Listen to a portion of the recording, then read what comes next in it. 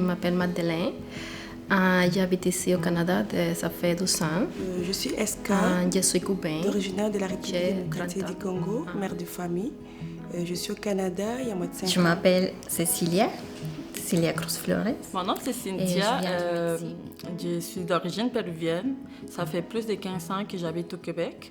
Je suis maman monoparentale. C'est Zoé, mon nom chinois c'est Hu Chongzhen. Je suis Natalia Marquez, je viens de la Colombie. Alors moi c'est Danielle, je suis arrivée ici en 2014, à l'automne 2014, une super belle saison. Moi je m'appelle Wendy Olivares, je suis mexicaine.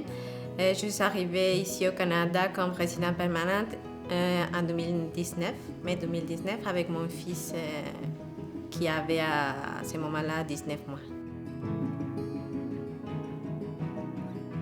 Pour moi, Femme Relais m'a donné l'opportunité de partager entre femmes, de pouvoir avoir de l'empathie, d'être solidaires, de jouer tous ensemble notre rôle social et aussi féminin.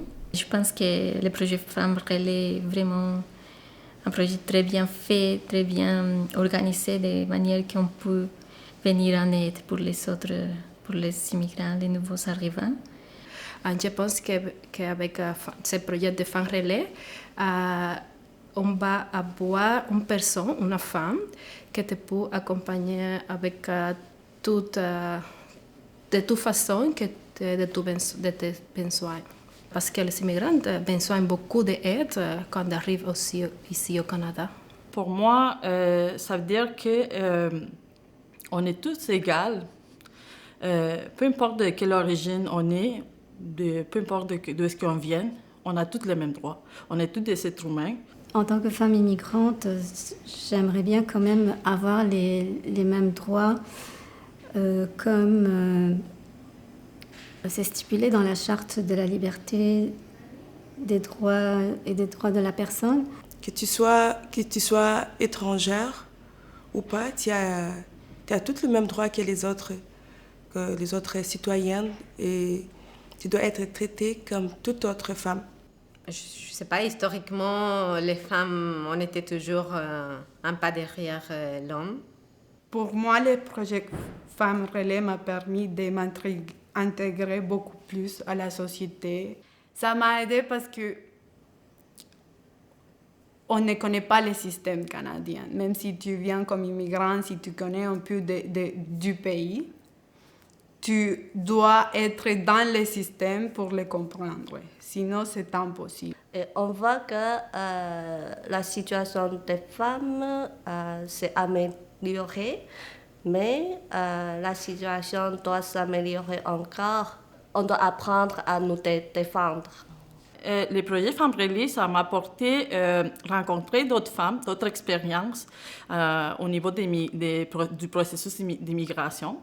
Apprendre aussi sur les organismes du quartier Hochelaga. Ça m'a aidé aussi à développer ma confiance en moi, puis aussi à développer mon empathie envers les autres personnes immigrantes.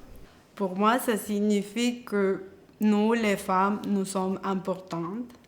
Nous avons une voix qu'il faut qu'on utilise, qu'on exprime ce qu'on pense, ce qu'on réfléchit et ce qu'on croit de comment nous pourrons changer notre société ou comment on voit la société. Avec Femme Relais, ça me donne la chance de redonner à ces autres familles immigrantes qui arrivent ici. Donc nous sommes un relais, et aussi dans l'espoir que ces femmes-là vont elles aussi redevenir des femmes relais pour d'autres familles. Les projets Femmes Relais nous permettent de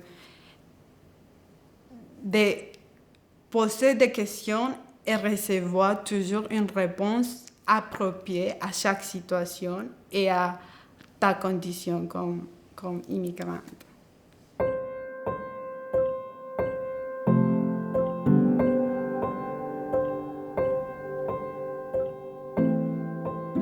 J'ai vécu malheureusement à plusieurs reprises la discrimination.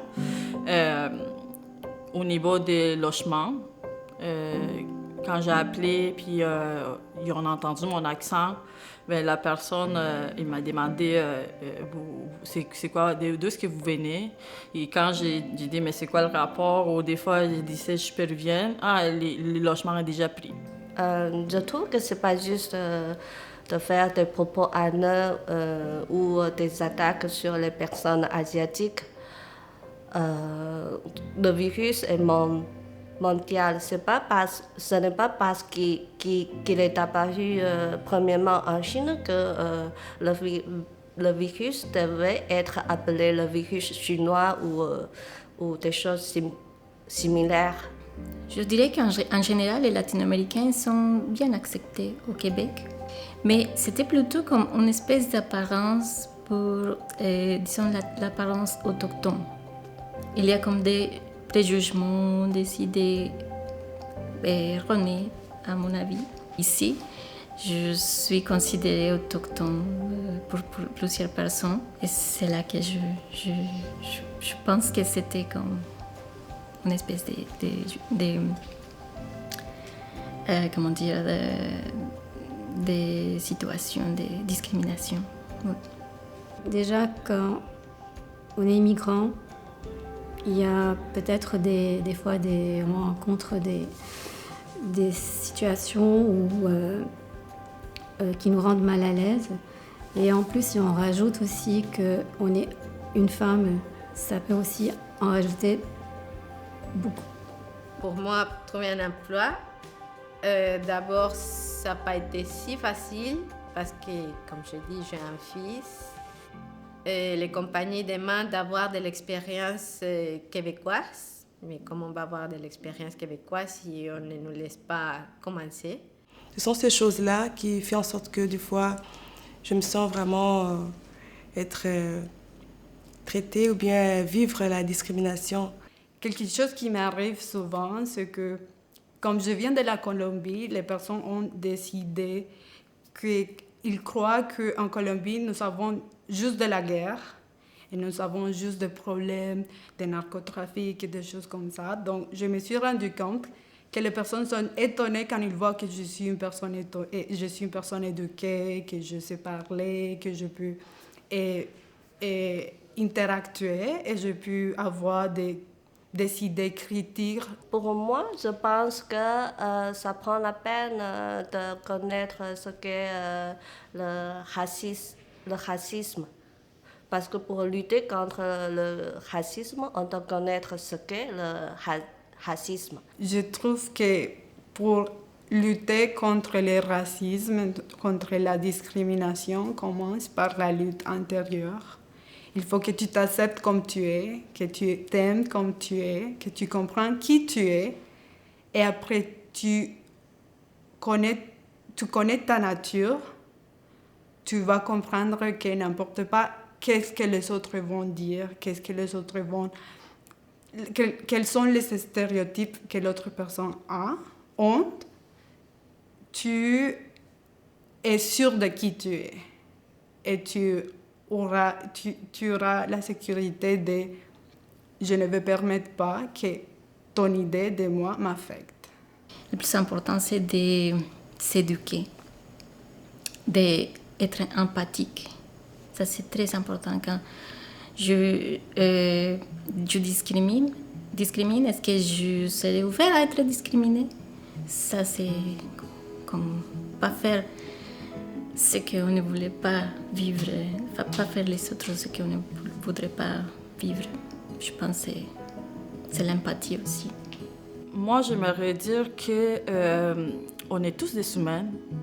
Donc, je pense qu'on ne mérite pas ça. On a tous les mêmes droits. Oui.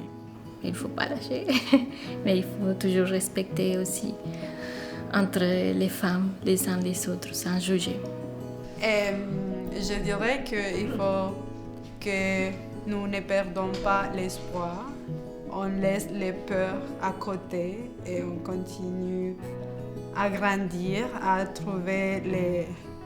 surmonter les obstacles.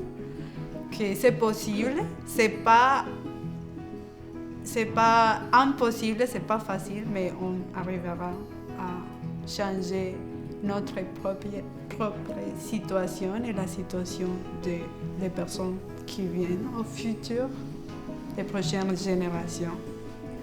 Donc c'est un peu ça, se sentir humain comme les autres et puis vivre ensemble, c'est pas facile, mais c'est faisable.